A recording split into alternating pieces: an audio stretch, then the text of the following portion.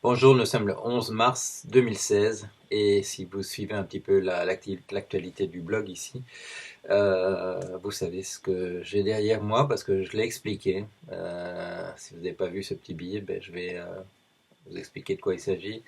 Je suis arrivé à Lille, c'était avant-hier, au moment où se terminait la manifestation sur la loi travail, et je suis allé m'asseoir dans un café près de la gare pour prendre un verre avant de faire autre chose.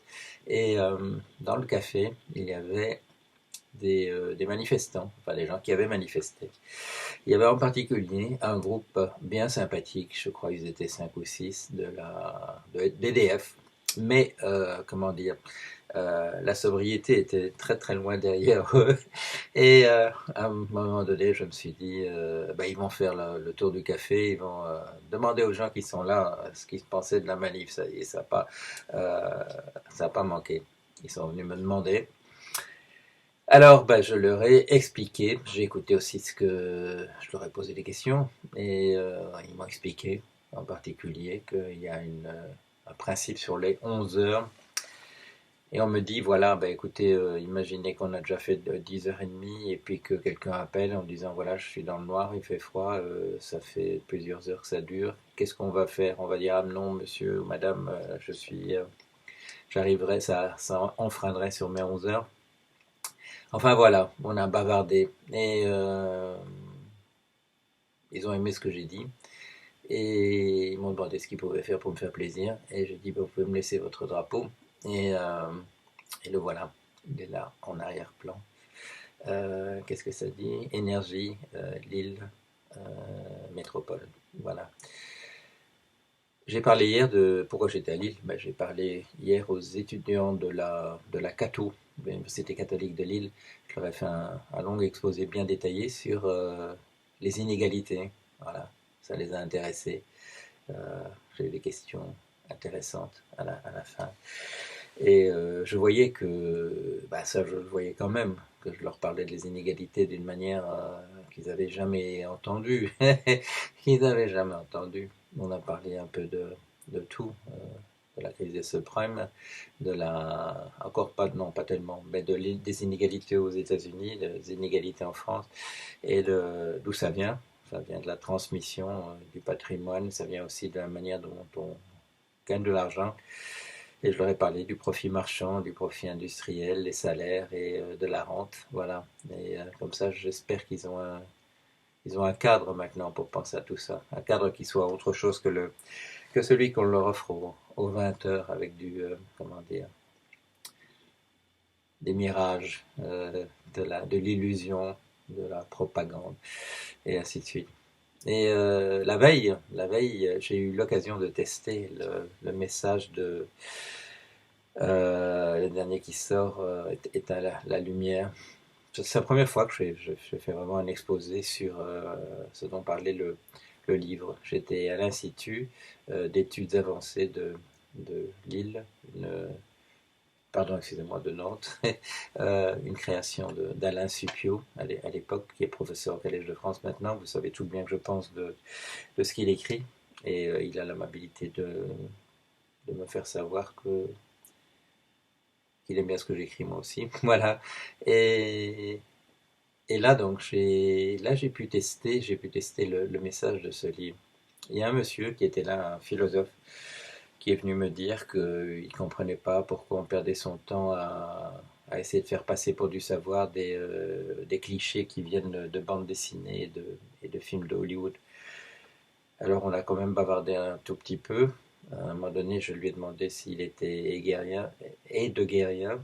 Il m'a dit pourquoi vous voulez savoir? Pourquoi vous me posez cette question? Ben, j'ai dit pour savoir la réponse. Et pourquoi est-ce que je lui posais cette question s'il était guérien? Parce que il tenait ce discours où il n'y a pas de vérité, il n'y a pas de distinction entre différents types de discours. On peut dire n'importe quoi par rapport à ce qui se trouve là, et il n'y a pas de différence dans le statut de ces discours. On peut dire cela ou autre chose. Et moi, j'assistais un jour à un exposé. C'est un exposé extraordinaire. C'est un exposé extraordinaire de Jacques Derrida, où il essaie de prouver un peu la même chose dans la tradition heideggerienne. Il a parlé d'une une nouvelle de Kafka. Il a résumé, pour ceux qui ne la connaissaient pas, la nouvelle de Kafka. Et puis il en a donné une interprétation marxiste et il en a donné une interprétation freudienne. Et toutes les deux étaient convaincantes. C'était des splendides interprétations. Je ne dis pas que... Bon, on pourrait le dire. Marx n'aurait sans doute pas fait beaucoup mieux en matière d'analyse marxiste. Freud n'aurait sans doute pas fait beaucoup mieux en matière d'analyse freudienne.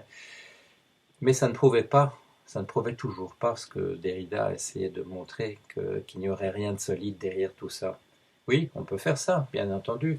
On peut mettre des grilles de lecture différentes sur la réalité. Ça ne veut pas dire que la réalité n'existait pas. Pourquoi est-ce qu'Heidegger faisait ça?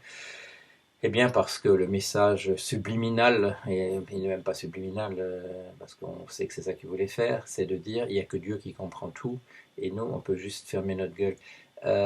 C'est pas un message que j'apprécie. On me dit que c'est de la philosophie, c'est pas de la philosophie, c'est pas de la philosophie. C'est pas par hasard que Heidegger mettait à ce point l'accent sur les présocratiques, parce que les présocratiques c'était des mages, les présocratiques c'était des prêtres de religions plus ou moins bizarroïdes. C'était pas des philosophes. Le premier philosophe c'est Socrate.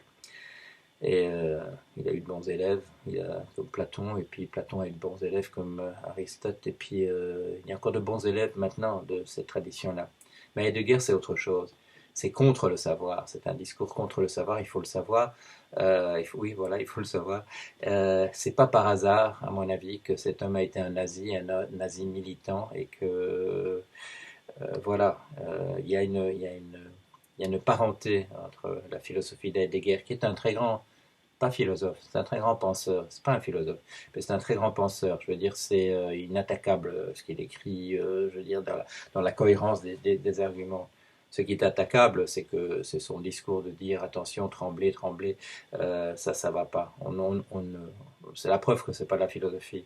On ne dit pas tremblez, tremblez.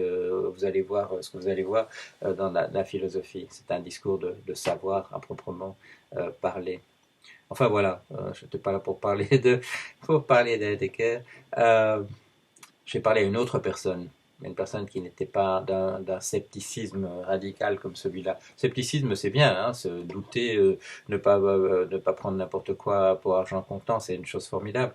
Mais un scepticisme comme ça, je dirais fondamental, parce qu'il faut s'écraser devant la personne de Dieu, ça, non, c'est inacceptable. J'ai parlé à une autre personne beaucoup plus longuement, et là ça a été une très longue conversation. C'est un Américain qui est là, en résidence, comme on dit, pour un certain temps à Nantes. C'est un historien de l'environnement. Et là, c'est une personne qui comprend très bien de quoi je parle. La preuve, c'est qu'on a fini un peu par nous virer de la salle où on était resté. On a eu une grande discussion. L'explication, c'est peut-être que voilà, notre passé hollywoodien commun. Non, non, soyons sérieux. Non, cette personne-là était un scientifique. Son père était un environnementaliste, si on veut, quelqu'un qui essayait de reconstituer des environnements naturels aux États-Unis. De recréer une plaine avec des bisons et des prairie dogs, ces petites marmottes, etc., d'essayer de faire des choses comme ça. Il m'a dit une chose intéressante, c'est que ça ne marche pas. Son père s'est convaincu à la fin de sa vie que ça ne marche pas. Pourquoi? Eh bien parce que pour faire vivre des bisons et des prairie dogs et reconstituer un vieux paysage comme ça de Far West, eh bien il fallait quand même passer à la tondeuse. Pourquoi? Parce que dans tous ces paysages pseudo-naturels, dont on dit qu'ils sont naturels, il y a de l'homme en arrière-plan. Pas pour, je dirais, pas pour passer la tondeuse, mais parce que ce sont des environnements dans lesquels il y a des êtres humains. Même quand c'était des bisons, même quand c'était des prairie dogs, et qu'on n'arrive pas à reconstituer des images idylliques de monde sans l'homme. C'est une leçon, mais c'est une leçon aussi sur notre capacité à détruire, et c'est ce que nous faisons. J'ai déjà eu un autre écho qui m'a fait énormément plaisir sur le livre. C'est quelqu'un qui en avait reçu une copie, un exemplaire. Les exemplaires sur le papier imprimé, ils circulent depuis lundi ou mardi. Cette personne-là avait reçu un exemplaire voilà, un PDF, exemplaire numérique.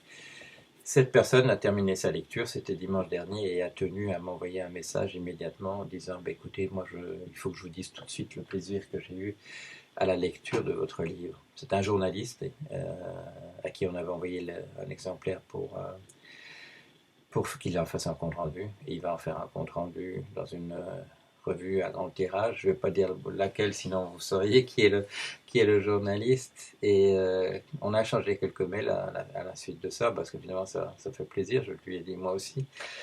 Et il m'a dit, votre livre, ça me fait penser à Fahrenheit 451. Ah, voilà.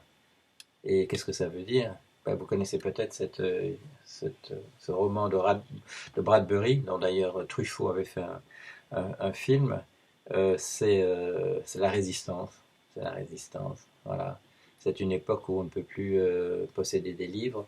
C'est interdit. Et alors, un groupe de résistants a trouvé le moyen de faire survivre les livres, chacun en apprenant un par cœur et ayant la capacité de le répéter. Et alors on voit cette scène dans je dirais, ce camp de guérilleros où les gens se rencontrent en disant qui êtes-vous? Et ben, moi je suis Guérépé, moi je suis Vidiou, moi je suis Moby Dick, moi je suis Les Misérables ou Notre-Dame de Paris. Alors ça ça fait très plaisir parce que cette personne est sur la même longueur d'onde que ce que j'ai essayé de faire. C'est de dire, bon, sortons, secouons l'illusion que l'on nous impose, le discours de propagande, cette image fausse, l'image de voilà, la matrice du film Hollywood. Voilà, moi, je suis toujours dans les références à Hollywood. Et quand ma référence n'est pas à Hollywood, vous le savez, c'était une chanson de country and western. Je n'en pense pas moins, comment dire, réfléchir comme il faut aux choses qui sont importantes. Alors il faut secouer tout ça, il faut émerger à la lucidité et il faut essayer de sauver cette espèce qui vit dans une totale mystification avec un certain bonheur. À une époque, c'était des histoires sur le paradis et l'enfer. À une autre époque, voilà, ce sont les gadgets. Euh, il faut qu'on sorte de ça et rapidement. Une fois qu'on sera sorti de ça, qu'on a secoué le mirage, on pourra faire de ce monde un monde vivable et essayer de sauver ce qu'on peut sauver. Voilà, allez, à la semaine prochaine. Au revoir.